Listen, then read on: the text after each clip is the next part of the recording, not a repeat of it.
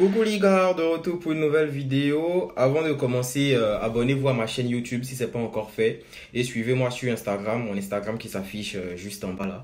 Suivez-moi sur Instagram pour pouvoir poser vos questions et tout. Mon Instagram c'est Eddie Kodjan. Vous tapez ça dans la barre de recherche collée sur Instagram, vous allez me trouver. Alors, pour ceux qui ont suivi mon direct la dernière fois sur Instagram, j'ai dit que j'explorais une piste selon laquelle il pourrait avoir des demandes de visa cette année. C'est-à-dire qu'il n'y aura pas de suspension de demande de visa étudiant cette année. Eh bien, j'ai creusé un peu plus et j'ai eu à voir pas mal de trucs que je vais partager avec vous après le générique.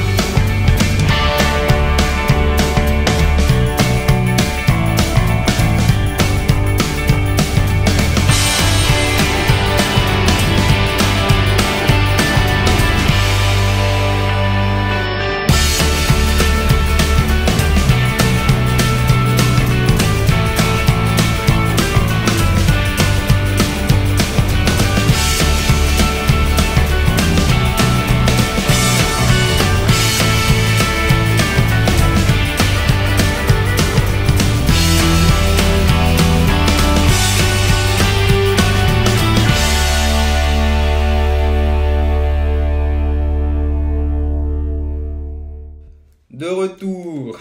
Alors, comme vous le savez, depuis le 14 mars, ici, nous sommes en confinement. Et pour pouvoir sortir, il faut ce qu'on appelle une attestation dérogatoire.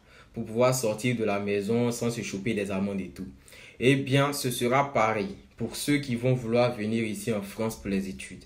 Voilà, j'ai fouillé un peu sur le site du ministère de l'Intérieur et tout. Et j'ai eu à voir une attestation pour ceux qui sont à l'étranger, titulaire d'un visa long séjour, qui est aussi un visa étudiant, titulaire d'un visa long séjour qui désire venir en France. Il y a une attestation pour eux. Et cette attestation-là est à présenter avant de monter en fait dans l'avion. Et le visa long séjour, il ne s'obtient pas seul en fait. Pour pouvoir obtenir un visa long séjour, il faut bien sûr faire la demande. Voilà, donc voici l'attestation en question.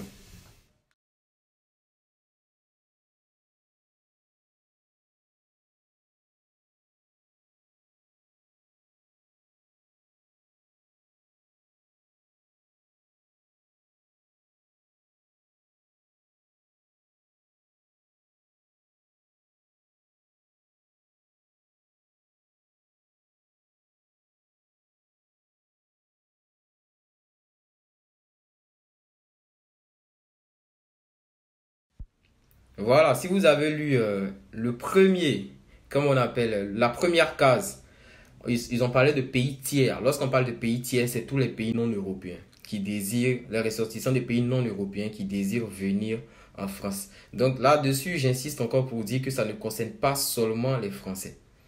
Voilà, ça ne concerne pas seulement les Français. Et dans la première case, ça a été mis pour ceux qui ont leur résidence principale en France.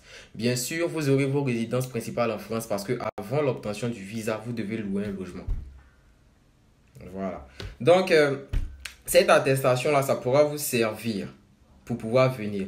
Mais avant de vous accorder le visa ou quoi que ce soit, il pourrait qu'on vous demande de faire des tests de Covid. Ça, j'ai vu aussi. Mais je cherche encore à creuser plus. Il se pourrait qu'on vous demande de faire des tests de Covid et de faire certains vaccins avant de pouvoir venir ici.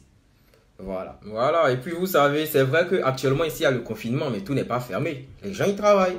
Il y a ce qu'on appelle le télétravail pour ceux qui ne peuvent pas faire le télétravail et tout, comme les gars de la poste de la banque. Ils sont à la banque, mais on ne prend pas plus de 4 personnes à la fois à l'intérieur de la banque. C'est ce qui risque de se passer à la demande de visa.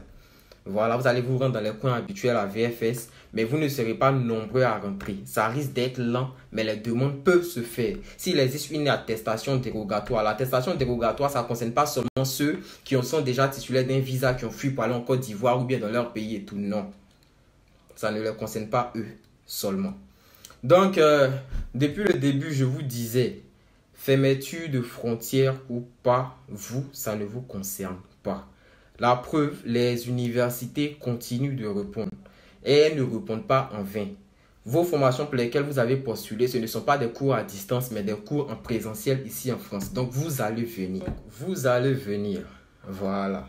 Vous faites ce que vous avez à faire. Ne vous laissez pas abattre par quoi que ce soit. Voilà, le gouvernement va forcément trouver des mesures adaptées.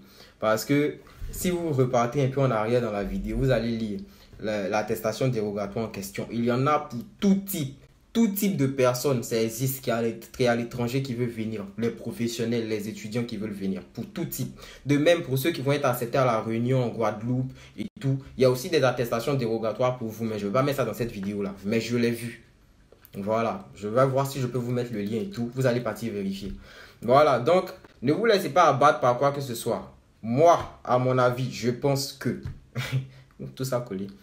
Je pense que les demandes de visa auront bel et bien lieu. Peut-être les gens n'auront pas assez le visa, mais certains auront le visa quand même pour venir. Il n'y aura pas de suspension ou de report de visa. Et quand je dis qu'il n'y aura pas assez de visa, il ne faudrait pas que ça vous étonne. Parce que chaque année, c'est comme ça. Il y a près de 15 000 personnes qui postulent à Campus France et tout. Et à la fin, on est 3 500 à venir. C'est comme ça. Voilà. C'est un peu triste, mais c'est ça. Souvent, il y a 15 000 personnes qui postulent. Par exemple, en Côte d'Ivoire, j'ai vu les statistiques une fois, 15 000 personnes qui postulent. Et il y a 6 000 personnes qui ont des acceptations. Et il y a 2 500 personnes qui viennent en France. Donc, c'est un peu ça. Donc, pour ceux qui ne me suivent pas sur Instagram, c'est le moment de me suivre. Mon prochain direct, je le fais dans quelques jours. Je le fais plus sur Facebook à cause de la qualité. Pour ceux qui me suivent sur Instagram, eux-mêmes, ils ont remarqué. À chaque fois, ils me disent, ah, il dit la qualité Instagram, c'est la meilleure. Voilà, donc si vous ne me suivez pas encore sur Instagram, c'est le moment de le faire. C'est Eddie Kodjan. On se prend s'il y a une nouvelle information.